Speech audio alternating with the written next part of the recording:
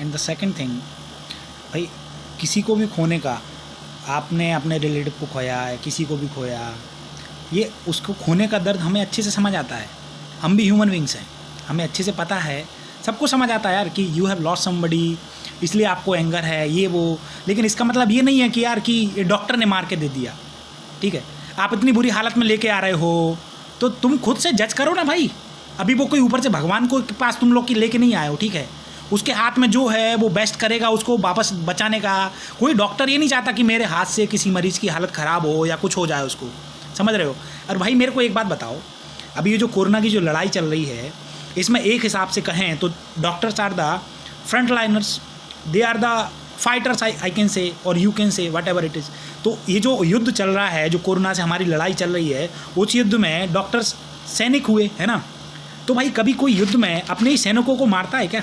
हैं कितने वो हो गए, तुमको थोड़ा दिमाग लगाओ यार। युद्ध में अपने ही सैनिकों को मारे जा रहे हो भाई, क्या फिर कैसे करेगा वो, कैसे काम चलेगा, हैं। एंड सेकंड थिंग, तुम कभी कभी बोलते हो कि भाई हम वहाँ पे गए, उस डॉक्टर ने हमको लूट लिया। अबे तो बुलाया किसने था? हाँ, किसने बुलाया था? और लूटने की डेफिनेशन समझाना ज़रा।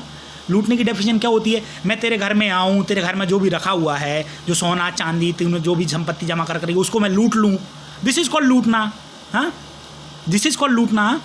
जो चंगेज खां आया था, बोलते हैं सोमनाथ मंदिर लूट के ले गया, उसको लूटना बोलते हैं। क्या यूज़ करते हो बे तुम?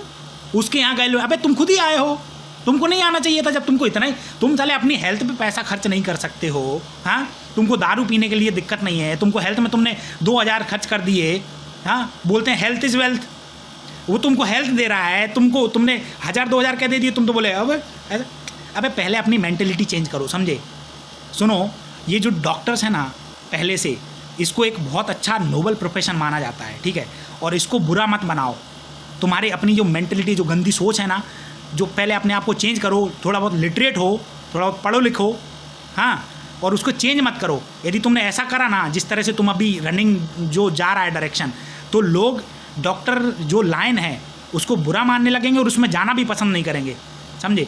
तुमको इतना ही लगता है कि वो ज़्यादा चार्ज है, इसका ये है, इसका वो है, तो सुनो, तुमको कंपैरिजन करो फिर जाके बाहर से, विदेशों से कंपैरिजन करो। अमेरिका में यहाँ पे जो सिटीजन सेक्शन 25-30 हज़ार में हो जाता है या उससे भी कम में हो जाता है कई दफ़ा, अब वहाँ पे पता करो कितना लाखों में खर्च है। सबसे ज़्यादा हेल्थ पे खर्च करते हैं डेवलप्ड कंट्रीज़। क्या खर्च करते हो, क्या खर्च करते हो? एक डॉक्टर के पास गए, 100 रुपये ले लिए, उसने फीस ले ली। भाई उसने 7 साल अपने 10 साल दिए, उसमें घसीटा है, एक चेयर पे दर्द की दवाइयाँ गोली खा के उसने पढ़ाई करी है। तो तुमसे 100 रुपये नहीं ले सकता भाई? तुम साले गाड़ी सुधारते हो, कहीं किसी का कुछ करते हो, उसके ले लेते हो 100-500, उसने ले लिए तो लूट लिया। भाई थोड़ा मेंटेलिटी चेंज करो। मेरा किसी से भी इसका बोलने का मतलब कुछ गलत नहीं था, बात इतनी सी है कि अच्छे शब्दों में अच्छे तरीके से समझ ही नहीं आता है किसी को। मुझे पता है अभी भी समझ नहीं आएगा, ठीक है, बट इट्स ओके। मेरे मन में था, मुझे बोलना था, आप लोग तक पहुँचे नहीं पहुँचे जो भी है, ठीक है, बट मेरे दिल में था, मैंने बताया। इसलिए भाई कोऑपरेट करो। ये अभी जो सिचुएशन चल रही है वो बहुत ही ख़तरनाक है, बहुत बहुत ज़्यादा ख़तरनाक है। अभी कोरोना डायरेक्टली लंग्स पे इफ़ेक्ट कर रहा है, डायरेक्ट वहाँ जा रहा है। कई बार अपन रिपोर्ट्स करा रहे हैं, उसमें नेगेटिव आ रहा है, because it's not staying in our nasal cavities, it's not staying in our nose, directly फेफड़ों में जा रहा है, वहाँ पे फेफड़ों को ख़राब कर दे रहा है। जब तक पेशेंट आता है वो इतनी बुरी हालत में आता है कि अपन कुछ नहीं कर सकते। तो थोड़ा सा समझने की कोशिश करो। हालत बहुत ज़्यादा ख़राब है, बहुत बहुत ज़्यादा ख़राब है। अभी 1,60,000 70,000 के आसपास केस आ रहे हैं, ठीक है।